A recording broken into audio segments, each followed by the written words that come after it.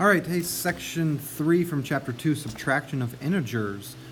Just a little thing. This does help some people. Some other people it may not be that helpful for, but just a little note here. Subtraction can be the same as adding a negative. And that sometimes helps because sometimes it's easier to add than subtract. For example, if you have 5 minus 2, you can say that's the same as 5 plus a negative 2. And if you notice this plus minus here, that is the same as our subtraction here. 5 minus 2 is 3, and 5 plus a negative 2 is also 3. Because when you think negatives, it's like going left on a number line. When you think positive, it's going right. So when we add a negative, we're going to go left. When given two math operations, we can simplify it by making it one sign. Or another word for sign is operation. So that's this here, plus minus becomes a negative there. So when you think about subtracting a negative, it can also be the same as addition. So, all right, so if we have two negatives in our problem, like we do in the two examples here, 5 minus a negative 6, that can be written the same as 5 plus 6. Or in the next example, a negative 5 minus a negative 6 is negative 5 plus 6.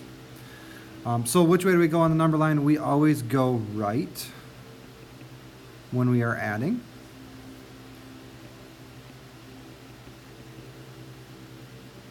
Probably don't need to do the positive 5 plus 6 on a number line. We all know that that's 11. But when you get to negative numbers, sometimes it's nice to draw that number line. So we're at negative 5. We have to go 6 places. 1, 2, 3, 4, 5, 6. And if we go negative 4, negative 3, negative 2, negative 1, 0, our next number would be 1. So negative 5 plus 6 is a positive 1. Remember, this also is important here for you. When you are changing the order of things, you're allowed to do that as long as we keep the operation in front of the number. For example here, 109, the operation in front of that is a positive. That's a positive 109. Now that I have an operation in front of every number, I could change the order. Before I do that though, I want to rewrite my problem because I don't like those double negatives here. That's going to become a plus 6. So now I have all addition, and addition is commutative. You may not want to rewrite the order of this one. Sometimes you do, sometimes you don't. But all of these are an individual thing here. Plus 109, plus 2, and plus 6. You can put them in any order. But in this case, I'm not going to. 109 plus 2 is 111 plus 6 gives me 117. So that's my final answer there. This next one, you might want to reorder. Sometimes it's easier to add things together if we need to. So this plus 50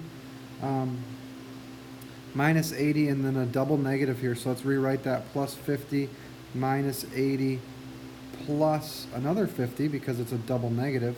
So now we have 3 separate numbers with operations. You might want to write this as a positive 50 plus 50 minus 80 because it's easier to add the two 50s together and get 100 minus 80. And now you can do 100 minus 80 mentally, and we get 20. So big thing in this chapter is subtracting a positive and negative numbers in your head without a calculator. So I would ask that you try to do these in your head, writing out similar to what we did here in the two examples above with our 109 plus 2 minus a negative 6 and our 50 minus 80 minus a negative 50. So writing things out is important. Solving vertically is important. And try these assignment numbers here in your head first without a calculator, and feel free to check your answers with a calculator though.